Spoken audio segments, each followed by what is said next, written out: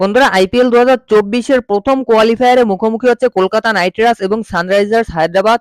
দুটো দলই কিন্তু এই মুহূর্তে টপ টিম আইপিএল 2024-এর, কেননা দুটো দলই কিন্তু দুর্দান্ত খেলেছে আইপিএল এ।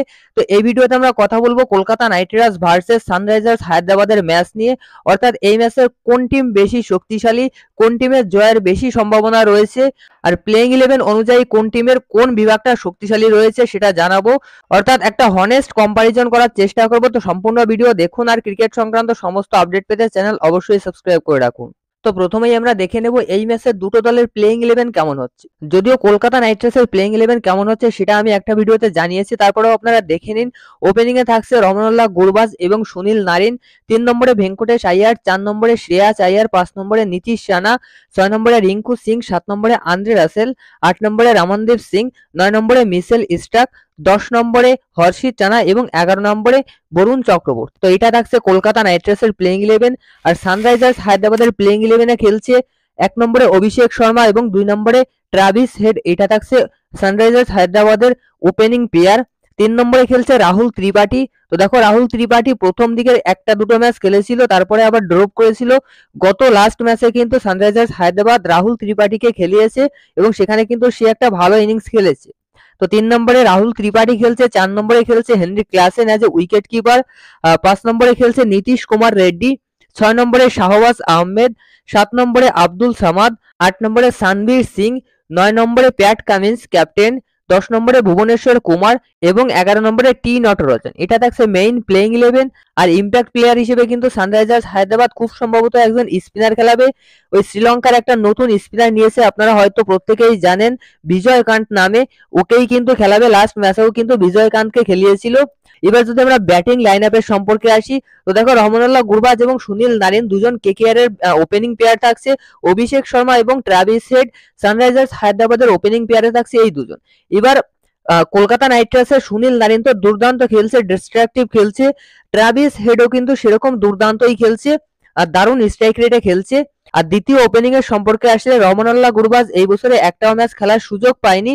অভিষেক শর্মা কিন্তু ওপেনিং এ দারুণ খেলছে, গত ম্যাচেও কিন্তু একটা দুর্দান্ত ইনিংস খেলেছে। তো রহমানুল্লাহ গুরবাজ যদি ভালো ইনিংস খেলে দিতে পারে তবে ওপেনিং পেয়ারটা কিন্তু প্রায় সিমিলারই থাকছে। রহমানুল্লাহ গুরবাজও কিন্তু একজন দুর্দান্ত ব্যাটসম্যান, ওপেনিং এ কিন্তু অ্যাগ্রেসিভ খেলতে পারে। এবার কতটা কন্ট্রোলে খেলবে সেটা তো এখনো বলতে পারছি না, তবে আশা করছি রহমানুল্লাহ গুরবাজও কিন্তু ভালো খেলবে। তো রহমানুল্লাহ গুরবাজ যদি ভালো খেলে দিতে পারে তাহলে কিন্তু কলকাতা নাইট রাইডার্সের ওপেনিং পেয়ার এবং সানরাইজার্স হায়দ্রাবাদের ওপেনিং পেয়ার প্রায় সিমিলারই থাকছে। এরপর কেকেআর এর মিডিল অর্ডারে থাকছে ভেঙ্কটেশ আইয়ার, শ্রেয়াস আইয়ার, নীতিশ রানা এবং রিঙ্কু সিং। এই চারজন থাকছে মিডিল অর্ডারে। অপরদিকে সানরাইজার্স হায়দ্রাবাদের মিডিল অর্ডারে কিন্তু থাকছে রাহুল ত্রিপাঠী, নীতিশ কুমার রেড্ডি, হেনরি ক্লাসেন এবং শাহবাজ আহমেদ।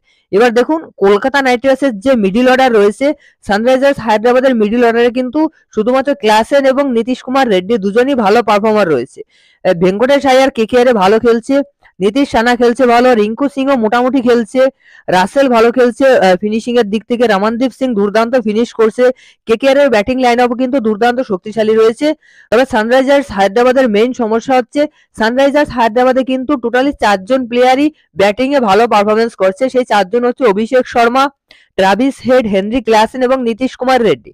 বাকি ব্যাটিং লাইন আপ দেখলে সানরাইজার্স হায়দ্রাবাদের বাকি ব্যাটাররা কিন্তু খুব একটা ভালো পারফরমেন্স করতে পারছে না। এবার কলকাতা নাইট রাইডার্সের বোলাররা যদি এই 4 জন ব্যাটারকে, মেইনলি 4 জন আর 3 জন অভিষেক শর্মা, ট্রাভিস হেড এবং হেনরি ক্লাসেন, এই 3 জন ব্যাটারকে সামলে নিতে পারে তবে কেকেআর এর কিন্তু জয়ের সম্ভাবনা বেশি থাকবে। এবার যদি আমরা বোলিং লাইন আপে আসি, কেকেআর এর পেসার থাকছে মিচেল স্টার্ক, হর্ষিত রানা এবং আন্দ্রে রাসেল, এই 3 জন। অপরদিকে সানরাইজার্স হায়দ্রাবাদের পেসার থাকছে ভুবনেশ্বর কুমার, প্যাট কামিন্স এবং টি নটরাজন। তো কলকাতা নাইট রাইডার্সের যে 3 জন পেসার রয়েছে আর সানরাইজার্স হায়দ্রাবাদের যে 3 জন পেসার রয়েছে, এই 6 জন পেসারের কম্পারিজন করলে 6 জন পেসারই কিন্তু দুর্দান্ত পেসার।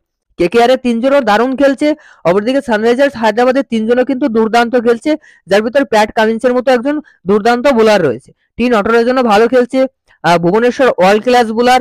অপরদিকে কেকেআর এর মিচেল স্টার্কও ওয়ার্ল্ড ক্লাস বোলার, যদিও খুব একটা ভালো পারফরমেন্স মিচেল স্টার্ক করতে পারছে না, তবে মিচেল স্টার্ক আশা করি প্লে অফস এর ম্যাচগুলোতে ভালো খেলবে, কেননা এইসব ওয়ার্ল্ড ক্লাস বোলাররা কিন্তু সবসময় গুরুত্বপূর্ণ ম্যাচে ভালো পারফরমেন্স করে। হর্ষিত রানা অ্যাজ এ ইন্ডিয়ান পিসার দুর্দান্ত খেলছে, রাসেলও কিন্তু মিডল ওভারে ভালো বল করছে। দুই দলেরই ফাস্ট বোলিং লাইন আপটা কিন্তু দারুণ রয়েছে। স্পিনিং এর দিক থেকে দেখলে কিন্তু কলকাতা নাইট রাইডার্সের স্পিনার সানরাইজার্স হায়দ্রাবাদের থেকে অনেকটা এগিয়ে রয়েছে। নারিন এবং বরুণ চক্রবর্তীর মতো দুজন জেনুইন স্পিনার রয়েছে কেকেআর এর টিমে। অপরদিকে সানরাইজার্স হায়দ্রাবাদ যদি স্পিনার খেলায় তাহলে শাহবাজ আহমদকে as a spinner main spinner খেলাবে।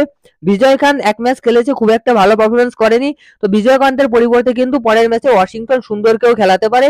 তবে সানরাইজার্স হায়দ্রাবাদের থেকে কিন্তু কেকেআর এর স্পিন বিভাগটা অনেকটা বেশি শক্তিশালী, কারণ দুজনই ভালো পারফরমেন্স করেছে, দুজনই অল ক্লাস বোলার। তবে দুটো দলই কিন্তু দারুণ শক্তিশালী দল। যদি দুটো দলের প্লেয়াররা সমান পারফরমেন্স করে ম্যাচ কিন্তু হাড্ডাহাড্ডি ম্যাচ হবে।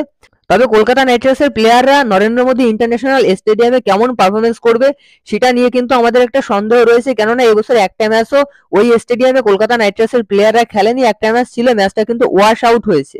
তবে আমার মনে হচ্ছে প্রথম কোয়ালিফায়ার কিন্তু কলকাতা নাইট রাইডার্স জিতে যেতে পারে সানরাইজার্স হায়দ্রাবাদের বিরুদ্ধে, কেননা সানরাইজার্স হায়দ্রাবাদ কিন্তু এর মাঝে বেশ কয়েকটা ম্যাচ হেরেছে, যেখানে কলকাতা নাইট রাইডার্স কিন্তু একটা ম্যাচ হারেনি, দুটো ম্যাচ কিন্তু নো রেজাল্ট হয়েছে।